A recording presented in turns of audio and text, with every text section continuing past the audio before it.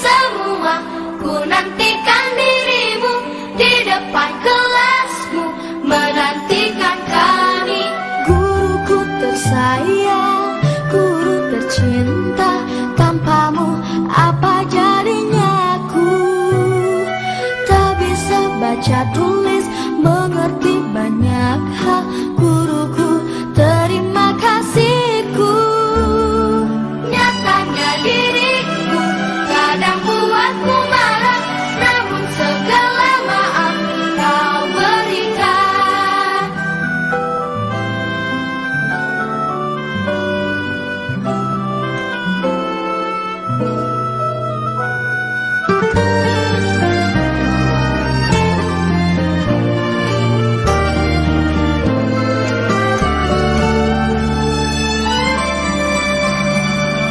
Selamat pagi semua, ku nantikan dirimu di depan kelasmu, menantikan kami. Guruku tersayang, guru tercinta, tanpamu apa jadinya aku?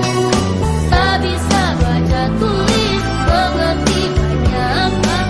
Guruku, terima kasihku. Nyatanya diriku kadang buatmu marah, namun segala maaf kau berikan. Guruku tersayang, guru tercinta, tanpamu apa jadinya aku? Tak bisa baca tulis, mengerti banyak hal. Guruku, terima kasihku. Guruku tersayang, guru tercinta, tanpamu apa jadinya aku? Tak bisa baca tulis, mengerti banyak hal.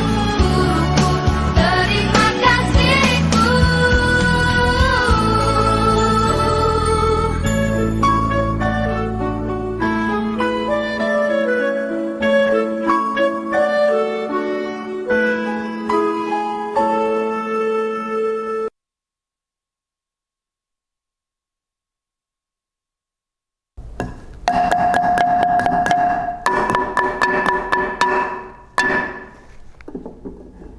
Makan tekwan pakai bawang merah.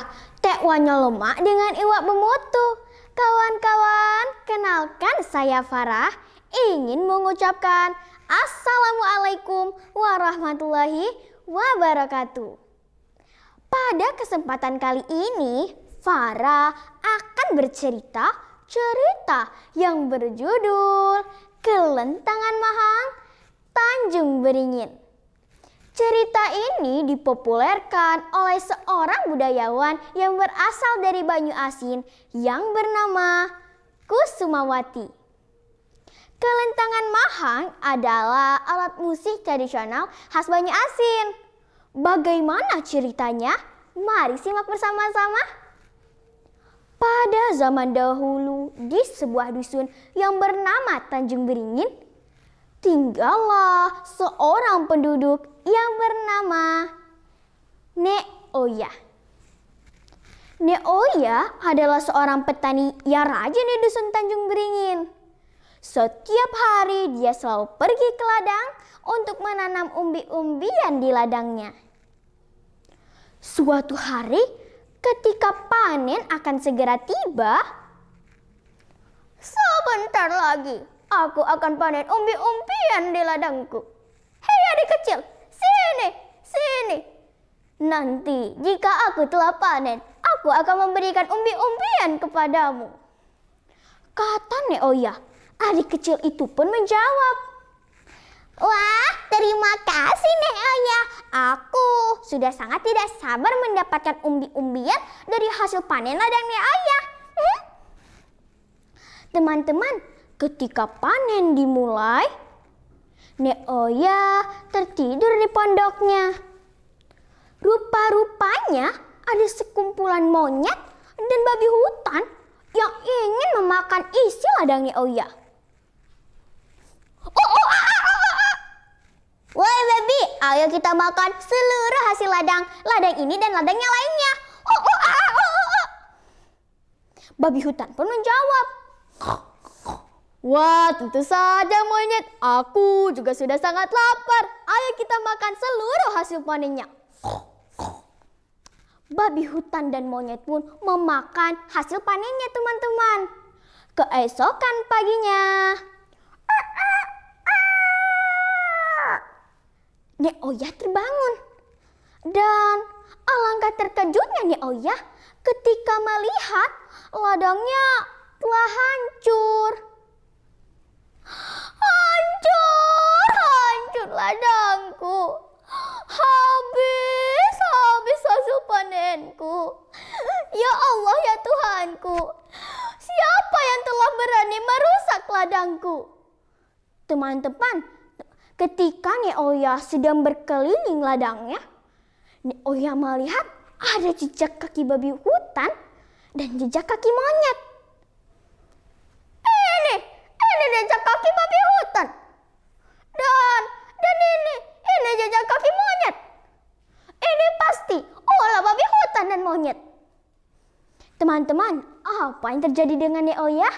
Nek Oya tidak menyerah. Dia kembali menanam umbi-umbian di ladangnya. Ketika panen kembali tiba, rupa-rupanya pada malam harinya, monyet dan babi hutan kembali memakan hasil panen ladang Nek Oya.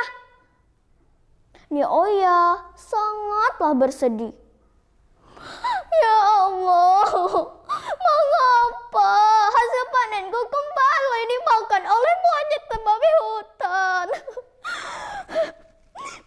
Aku harus mencari cara agar monyet dan babi hutan tidak kembali ke ladangku. Teman-teman, saat Nek Oya sedang berkeliling ladangnya, Nek Oya melihat ada pohon mahang di ladangnya. Nek Oya pun mendapatkan ide yang cerdik. Ia pun mengambil batang pohon mahang yang rendah lalu memotongnya. Dan menjemurnya di tengah terik matahari. Sambil menunggu kayu mahang kering, Nek Oya pun berdendang kecil. Jio, aku berumah, bertanam congkelah di ubi. Kalau nak lemak pula, Jio kerengan baby. Teman-teman, Nek Oya pun memandangi ladangnya. Kalau-kalau monyet dan babi hutan kembali ke ladangnya. Benar saja, babi hutan dan monyet pun kembali ke ladang Nek Oya. Saatnya Nek Oya beraksi. Hoi, sana kau babi hutan. Hoi, sana kau monyet. Hoi, pergi sana kalian semua. Benar saja teman-teman, monyet dan babi hutan lari ketakutan karena tidak suka dengan suara kayu mahang yang dipukulkan oleh Nek Oya. Wah, suara kayu mahang ini sangat aku tidak suka. Telingaku sakit mendengarnya. Lari! Teman-teman, monyet dan babi hutan pun tidak lagi berani kembali ke ladang Nek Oya dan para penduduk lainnya. Sejak saat itu, dikarenakan suara dari kayu mahang berirama sangat indah, kayu mahang pun dijadikan alat musik tradisional khas Banyu-Asin yang bernama Kelentangan Mahang Tanjung Beringin. Begini bunyinya.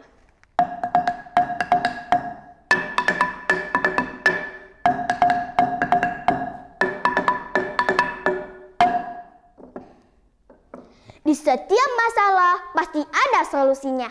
Tetap semangat. Wassalamualaikum warahmatullahi wabarakatuh.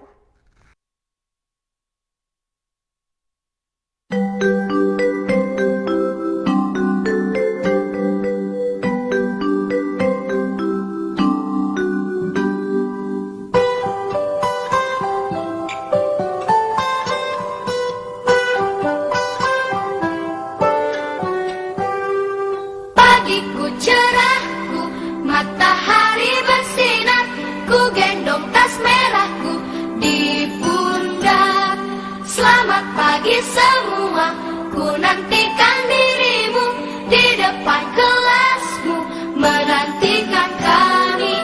Guruku tersayang, guru tercinta, tanpamu apa jadinya aku?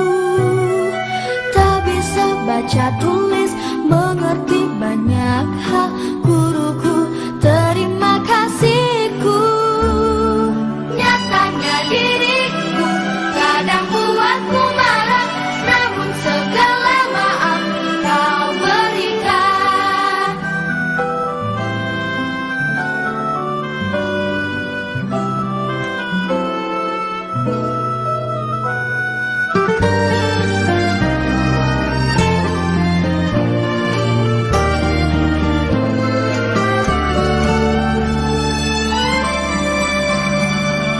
Selamat pagi semua, ku nantikan dirimu di depan kelasmu, menantikan kami. Guruku tersayang, guru tercinta, tanpamu apa jadinya aku? Tak bisa baca tulis, mengerti banyak hal. Guruku, terima kasihku. Nyatanya diriku kadang buatmu marah, namun segala maaf kau berikan. Guruku tersayang, guru tercinta, tanpamu apa jadinya aku? Tak bisa baca tulis, mengerti banyak hal. Guruku, terima kasihku. Guruku tersayang, guru tercinta, terima kasih. Apa jadinya aku? Tak bisa baca tulis, mengerti banyak hal. Apa jadinya? Terima kasihku.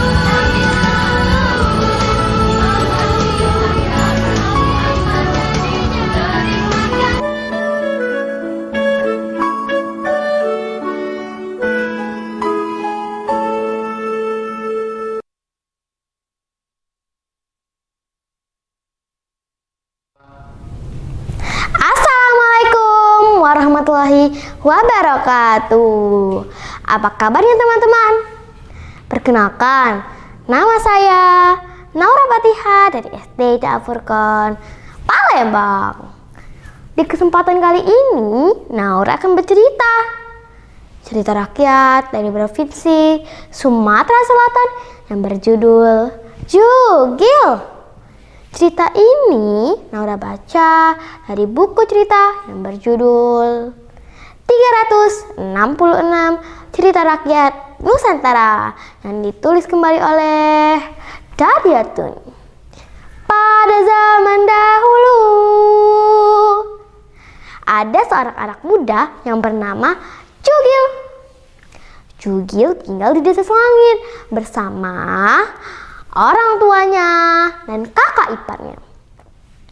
Jugil sangat pemalas teman-teman. Jugil tidak mau membantu orang tuanya.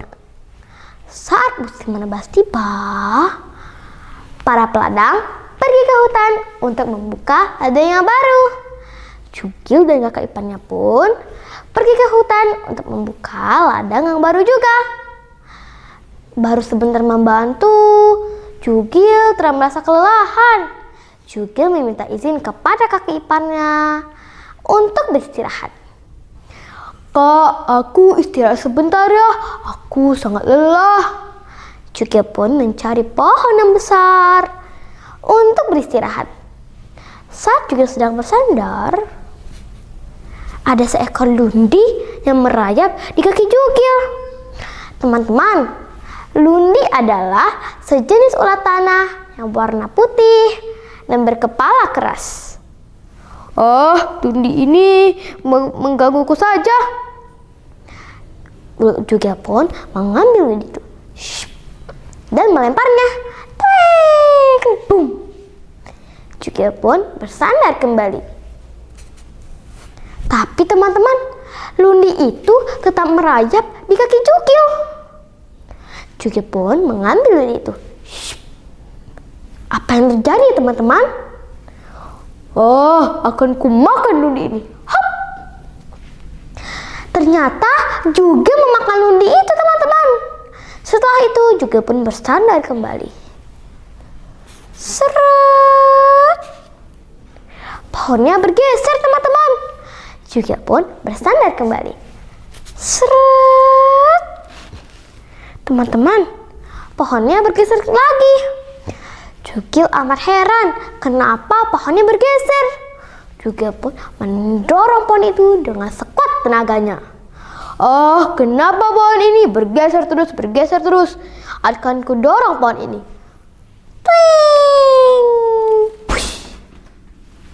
Teman-teman, pohonnya terjatuh pohonnya bergeser sampai terjatuh.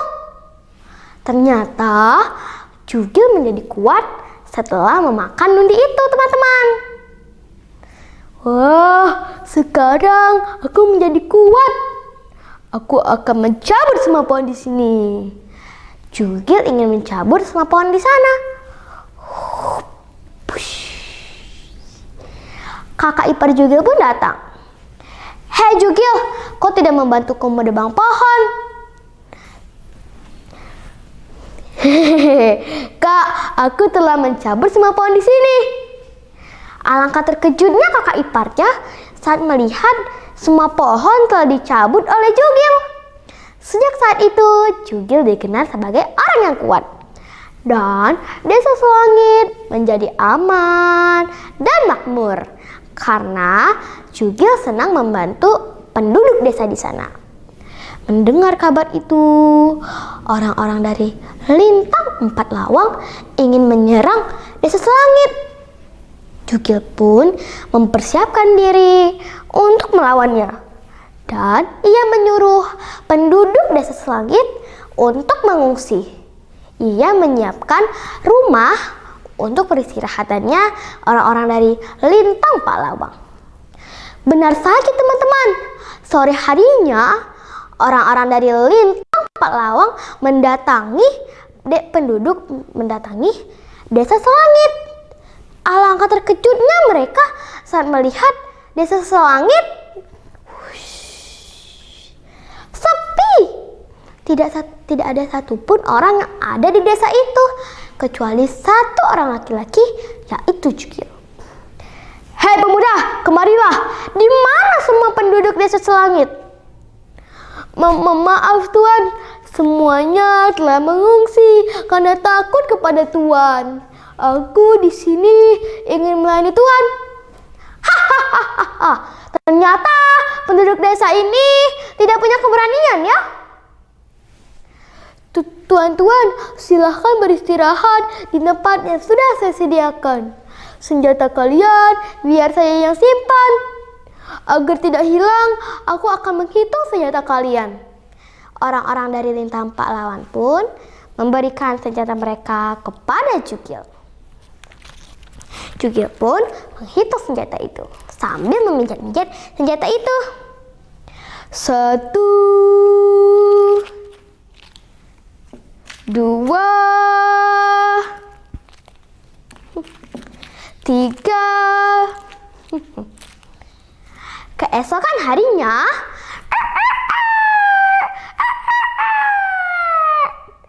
orang-orang dari Lintang Empat Lawang ingin mengambil senjata mereka. Namun, alangkah terkejutnya mereka saat melihat senjata mereka telah rusak.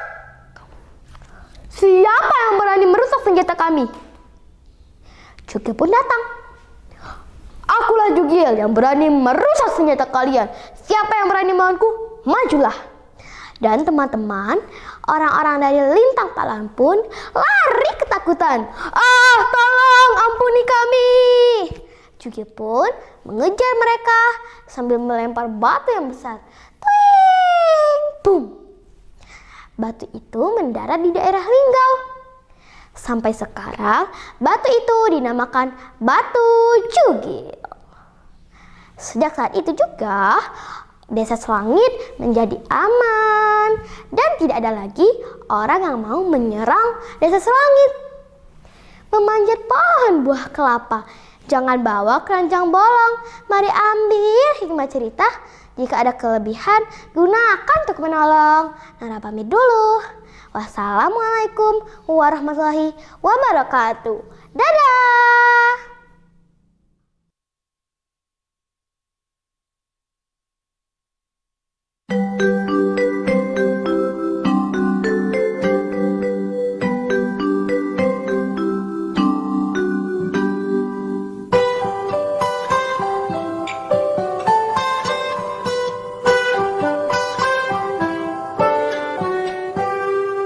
Pagiku cerahku, matahari bersinar, ku gendong tas merahku di pundak.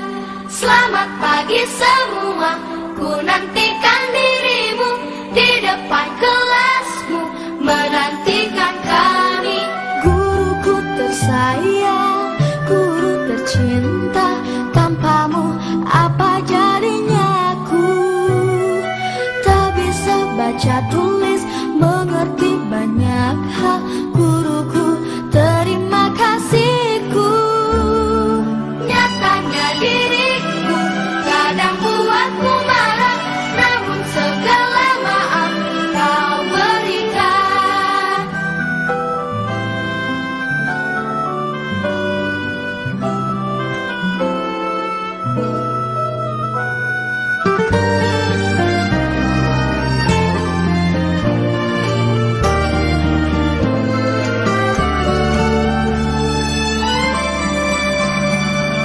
Selamat pagi semua, ku nantikan dirimu di depan kelasmu, menantikan kami. Guruku tersayang, guru tercinta, tanpamu apa jadinya aku? Tak bisa baca tulis, mengerti banyak hal. Guruku, terima kasihku. Nyatanya diriku kadang buatmu marah, namun segala maaf kau berikan. Guruku tersayang, guru tercinta, tanpamu apa jadinya aku? Tak bisa baca tulis, mengerti banyak hal. Guruku, terima kasihku. Guruku tersayang, guru tercinta, tanpamu apa jadinya aku? Tak bisa baca tulis, mengerti banyak hal. Guruku, terima kasihku.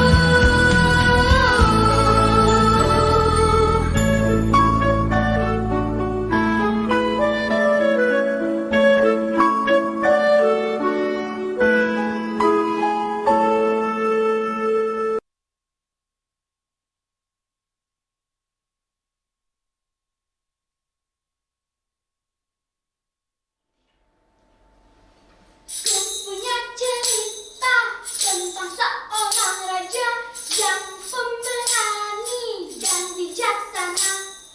Jika ada masalah, tak mudah menyerah dan disayangi oleh rakyatnya.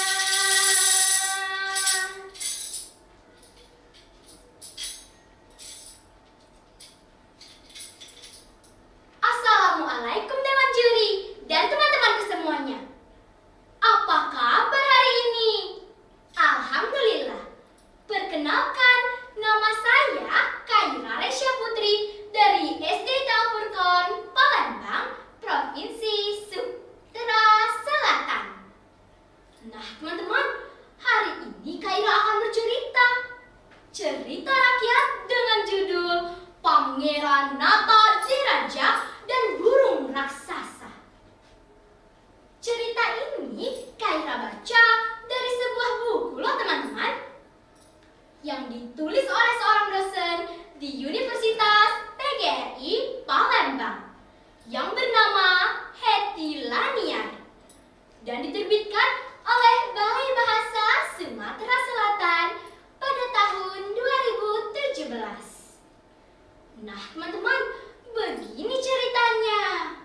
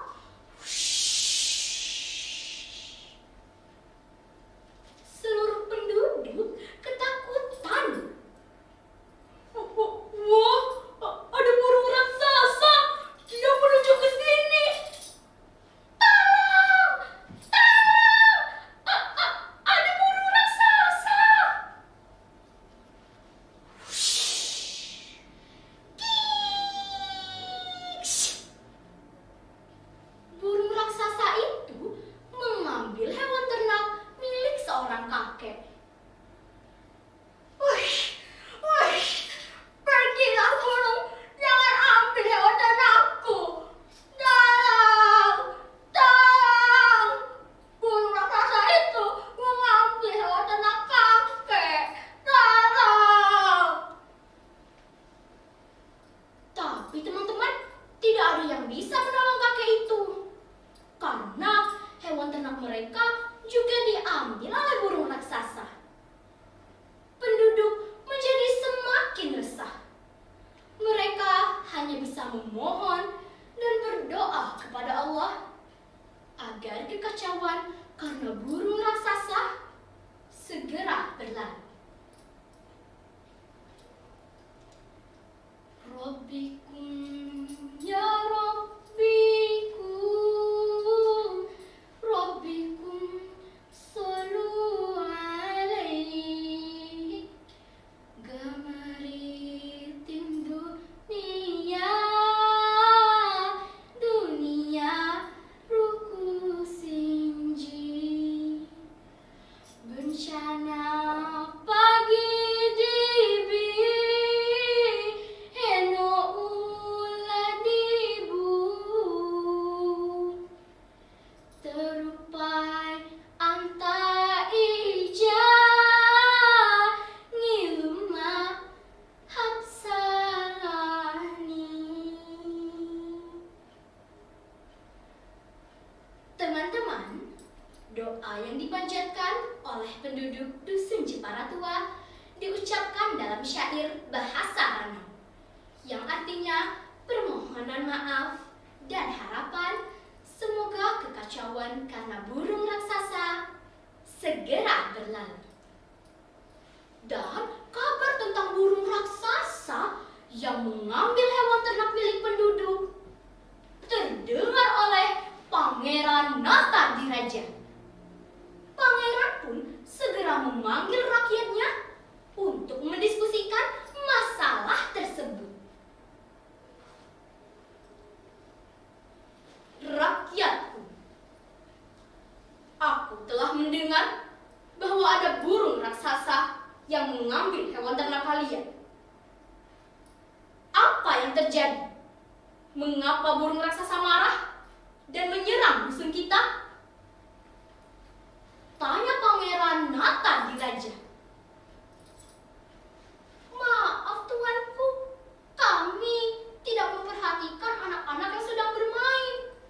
Anak-anak kami bermain di tepian danau Ranau dan mereka merusak sarang-sarang burung yang ada di sekitar sana.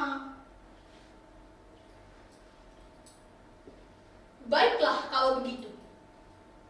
Apa yang harus kita lakukan? Pangeran Natadiraja bertanya lagi.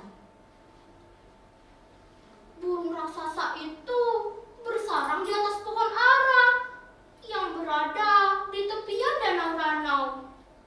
Kami telah mencoba menebang pohon ara untuk mengusir burung raksasa.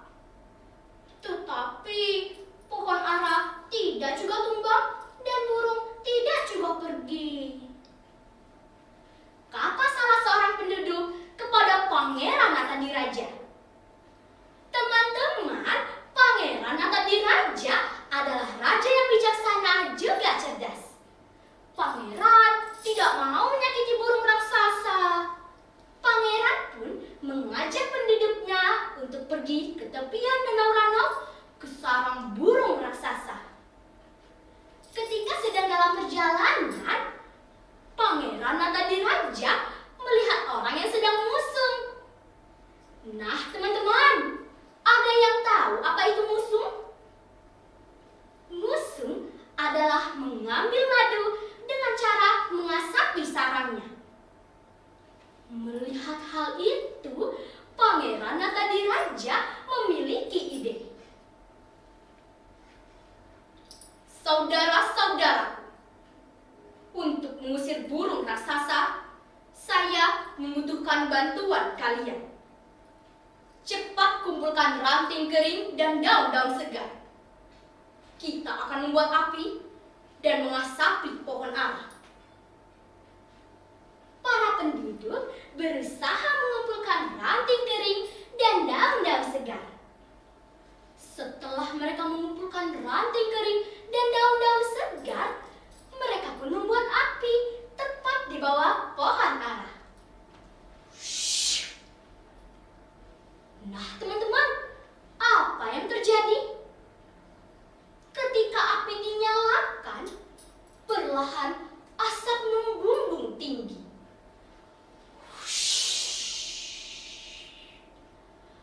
Pohon ara yang sangat besar seketika menjadi putih karena tertutupi asap yang sangat tebal.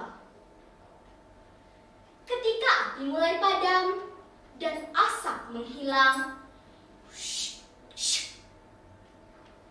ternyata burung raksasa tetap berada di sarangnya. Para penduduk menambahkan kembali ranting kering dan daun-daun segar. Asap pun menjadi tebal lagi.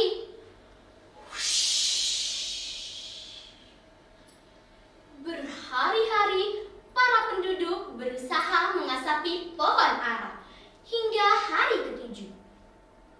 Burung raksasa tetap berada di sarangnya. Maaf tuanku, sudah berhari-hari kita mengasapi pohon ara ini. Tetapi burung raksasa itu tidak juga pergi. Kata salah seorang penduduk kepada Pangeran Natadiraja. Melihat rakyatnya yang sudah kelelahan, Pangeran Natadiraja mengeluarkan pedang pusakanya sambil berkata,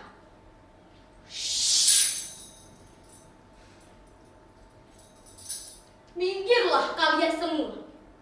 Aku akan menumbangkan pohon ini." Lalu Pangeran Natadiraja mengayunkan pedang pusakanya dengan cepat.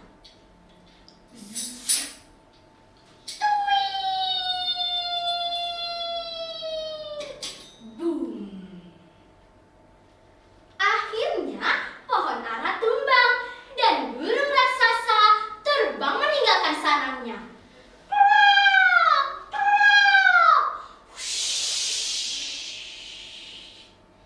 Pangeran Natadiraja dan seluruh penduduk sangat bahagia.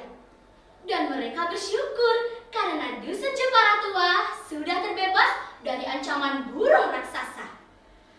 Mereka juga menyadari untuk saling menjaga dan menyayangi sesama makhluk hidup. Para penduduk bernyanyi di tepian Danau Ranau. Danau-danau luas sebentar, kalau pantai dingin laut mata. Danau-danau luas sebentar, kalau pantai dingin laut mata. Gunung Semeru menjulang tinggi, Bukit Barisan jadi hiasan. Gunung Semeru menjulang tinggi, Bukit Barisan jadi hiasan. Hikmah dari cerita ini adalah kita tidak boleh saling mengganggu, tetapi harus saling menjaga dan menyayangi sesama makhluk hidup. Juga tidak boleh mudah menyerah. Terus berusaha, berpikir, dan bekerja sama sampai dapat menemukan jalan keluar dari masalah tersebut. Makan pepek di Sungai Musi. Cikonya lemah dan tidak basi.